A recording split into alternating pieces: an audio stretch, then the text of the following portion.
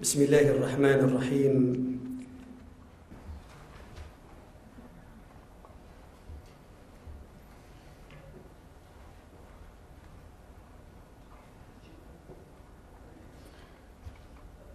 Tēnā koutou katoa, mai te whare ariki o te kuini. Assalamu alaikum. Good morning. Today we gather in a place of worship, faith and friendship. We gather here in our Noor mosque, a home for community and for family. On the 15th of March, tragedy unfolded in this room. A terrorist attempted to sow division and hatred in a place that stands for togetherness and selflessness.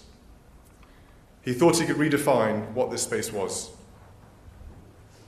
I'm here to help you show the world that he failed. In a moment of acute pain, you stood up and you stood together. And in reaction to tragedy, you achieved something remarkable. Your Prime Minister showed extraordinary leadership of compassion and resolve, providing an example to us all. Imam Gamal Fouda, you displayed wisdom and grace that is almost unthinkable given what you witnessed with your own eyes. Your words in the days after the attack moved the world.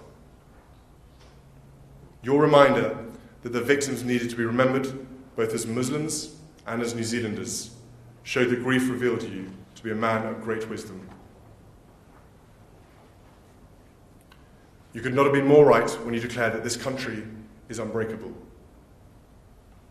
On the map, New Zealand may look like an isolated land, but in the weeks that followed the 15th of March, the moral compass of the world was centred here in Christchurch.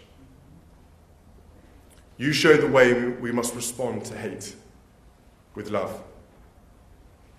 You showed that when a particular community is targeted with prejudice and violence, simple acts like wearing a headscarf or broadcasting the call to prayer can reassure those who have reason to be afraid.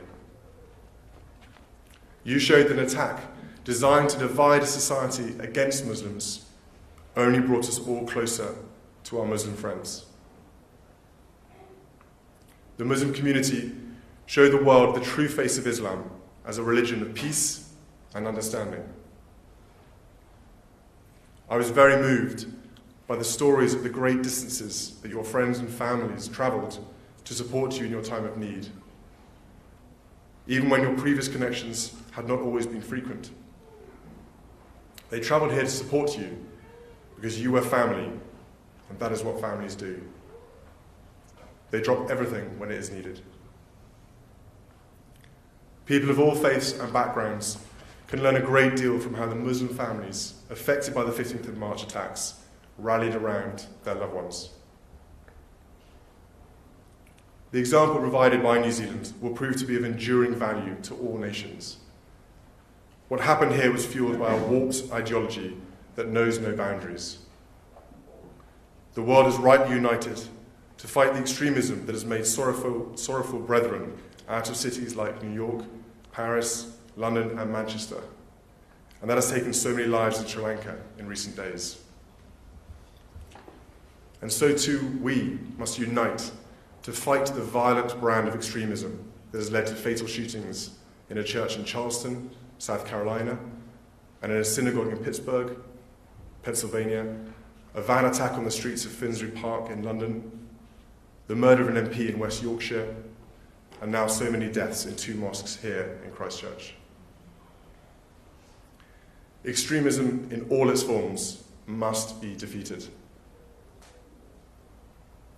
The message from Christchurch and the message from Al Noor and Linwood mosques could not be more clear. The global ideology of hate will fail to divide us. And just as New Zealand has taken swift action to ban physical tools of violence, we must unite to reform the social technology that allowed hateful propaganda to inspire the murder of innocents. To the people of New Zealand and the people of Christchurch, to our Muslim community, and all those who have rallied to your side. I stand with you in gratitude for what you have taught the world these past weeks. I stand with you in optimism about the future of this great city. I stand with you in grief for those we have lost, and with support for those who survived. And I stand with you in firm belief that the forces of love will always prevail over the forces of hate. Noor, kia kaha, oro, hauniui, tena koto, tena tato katoa. Shukran, salam.